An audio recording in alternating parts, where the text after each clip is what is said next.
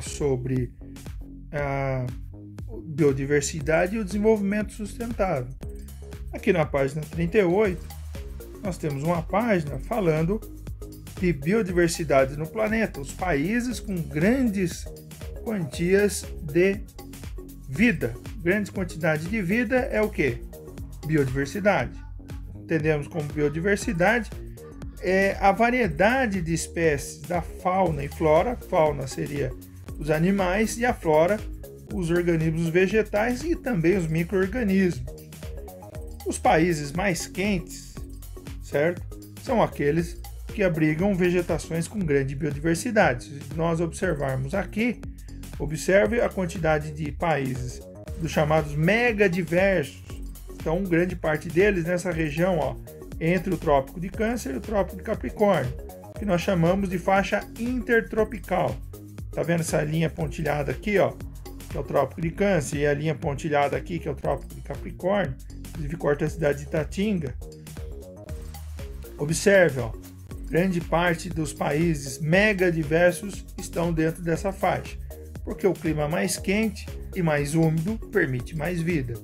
Mas também inclui países como o México, os Estados Unidos, embora o México também está nessa faixa aí intertropical. Inclui aí China, tem um pedacinho da China aqui no sudeste, dentro dessa faixa, mas a maior parte não. E os Estados Unidos, né? Até pelo grande território dos Estados Unidos.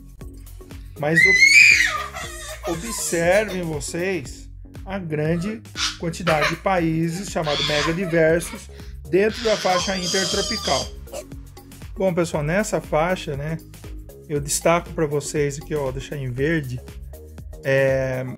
algumas florestas tropicais, como a floresta amazônica, no norte da América do Sul, a floresta do Congo, na África, e a floresta na Indonésia, tá? Observem que essas três grandes florestas tropicais estão na região equatorial, são muito úmidas e com grande biodiversidade. Essas são as regiões de maior concentração de vida no planeta, as florestas equatoriais, que são muito úmidas e muito quentes. Porém, também são as florestas que mais sofrem com o desmatamento no mundo atualmente. É verdade que países como os Estados Unidos, muitos países da Europa, e mesmo o Japão, que são os países, as regiões mais desenvolvidas do planeta, lá no século XIX, durante a sua Revolução Industrial, destruíram suas florestas, grande parte de suas florestas. Mas é verdade também que atualmente esses países que foram grandes responsáveis pela destruição de florestas temperadas, florestas boreais em seus territórios, hoje estão recuperando as suas florestas. As regiões menos desenvolvidas, que tiveram um processo de industrialização atrasado, como o caso do Brasil, desmataram menos. Porém, no momento, ou seja, nos últimos anos, são os que estão desmatando mais. Só que um problema é agravado com isso, porque as florestas dessas regiões equatoriais, elas são muito mais importantes para o planeta, essas como a Amazônia, a floresta do Congo, a floresta da Indonésia, do que eram as florestas destruídas na Europa, nos Estados Unidos e no Japão, certo? Porque tem muito mais biodiversidade em áreas quentes, como a que temos no norte e nordeste do Brasil. Bom, pessoal, nessa parte do texto aqui, fala muito da biopirataria, certo? Que é um problema, né, que nós enfrentamos aqui no Brasil, justamente por ter essa grande diversidade de espécies de plantas e animais. A biopirataria pode ser classificada de duas formas. Existe a biopirataria de animais exóticos, pessoas capturam animais que são endêmicos, por exemplo, capturar uma arara brasileira para ser criada em cativeiro em algum lugar do mundo, nos Estados Unidos, por exemplo. São animais belíssimos, certo? Uma arara azul, raro. Então, esses animais podem ser vendidos, inclusive, a preços altíssimos fora do Brasil. Essa captura desses animais é perigosa, porque muitos desses, como a arara azul, estão à beira da extinção. espécies de macacos, por exemplo, patias, entre outros.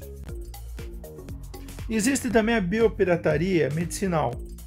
Muitos pesquisadores se infiltram na floresta amazônica, pegam o conhecimento dos povos indígenas, das populações nativas, o conhecimento milenar que essas pessoas têm em convivência com as plantas. Um indígena na Amazônia, ele sabe exatamente quais plantas servem para diversidades enormes de doenças. Então são plantas que só existem na Amazônia e que são medicinais e que os índios conhecem. Então esses pesquisadores vão lá, se aproveitam do conhecimento dos indígenas e das plantas que estão no território brasileiro, levam mudas para outros países, sintetizam esse princípio ativo medicinal dessas plantas em um comprimido e passa a vender para o mundo todo e até cobrar patentes, ou seja, cobrar pela propriedade intelectual da invenção daquele remédio, que inclusive o Brasil teria que pagar, as pessoas aqui no Brasil. Ou seja, as pessoas estão roubando o conhecimento dos índios, roubando plantas que são do Brasil e ganhando muito dinheiro com isso, vendendo em forma de medicamentos para o resto do mundo. Isso também é biopirataria, tá? Então a biopirataria é uma ameaça econômica e também uma ameaça à diversidade de espécies em países como o Brasil, que são, como diz aqui no mapa, mega diversos, ou seja, um país com uma riqueza e diversidade de espécies de plantas, de animais, de micro-organismos que são gigantescos. Tá ok? Bom, temos aqui uma atividade sobre a biodiversidade. Classifica as informações abaixo como fato ou fake. Fake é falso, certo? Falso em inglês. Bom, o Brasil é pobre em biodiversidade? Se isso é verdadeiro, você coloca aqui. Mas se o Brasil for rico em biodiversidade, essa é uma informação fake, tá?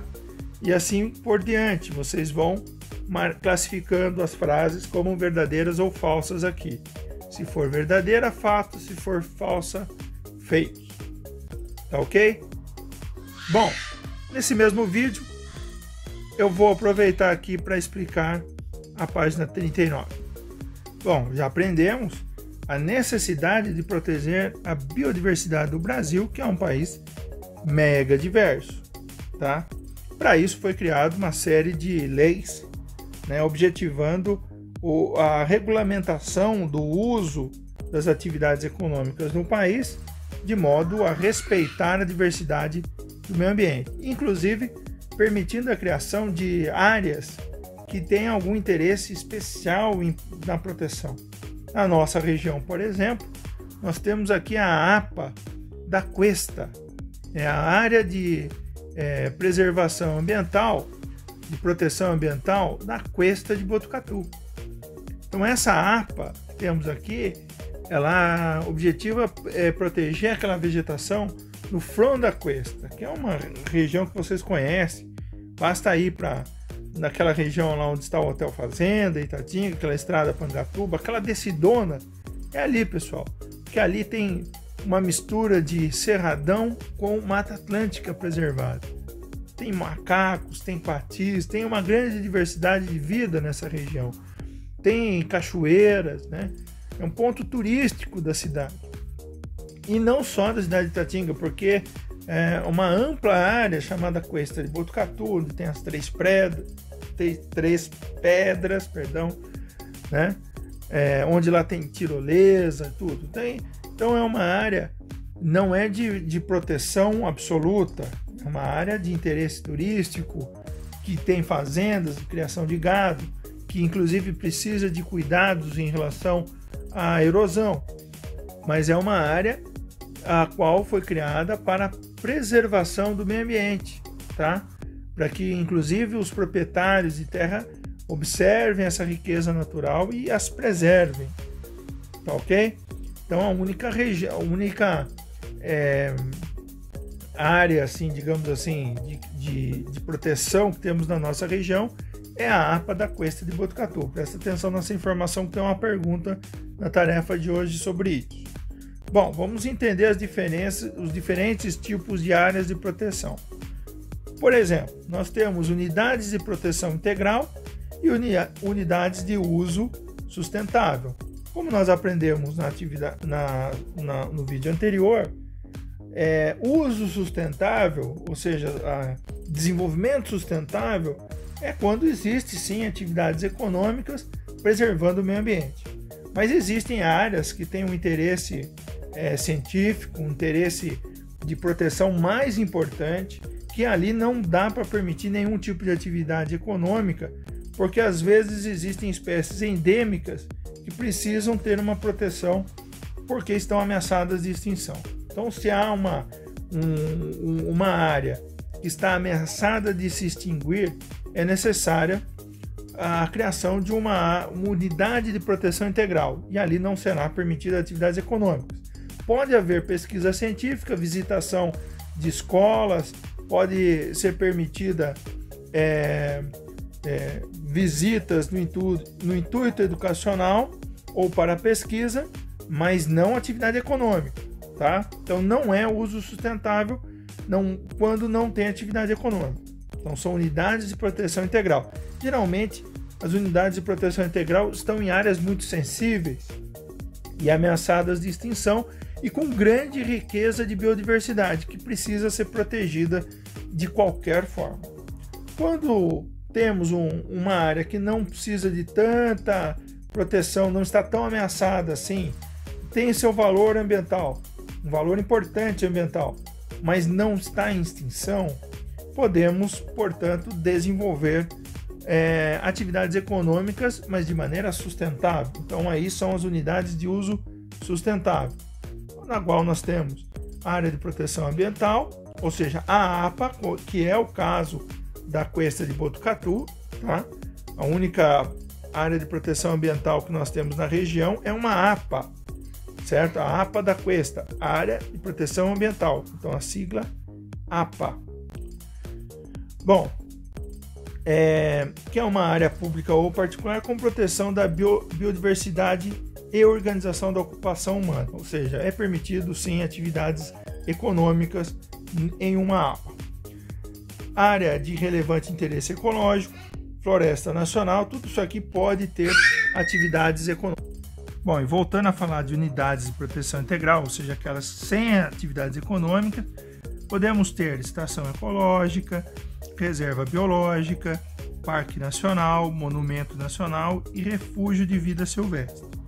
São diferentes tipos de unidades de proteção integral, ou seja, aquelas que não têm atividades econômicas permitidas, apenas pesquisas de diferentes formas, por isso que elas são diferentes aqui entre elas, tá? Beleza? Entendeu bem a diferença entre uma e outra? É importante entender, pois vocês vão ter que classificar aqui, ó, entre unidades de proteção integral e unidades de uso sustentável, certo? As diferenças principais entre elas vocês vão classificar aqui. Basta consultar esses textos aqui, ó, dá para saber a diferença, tá?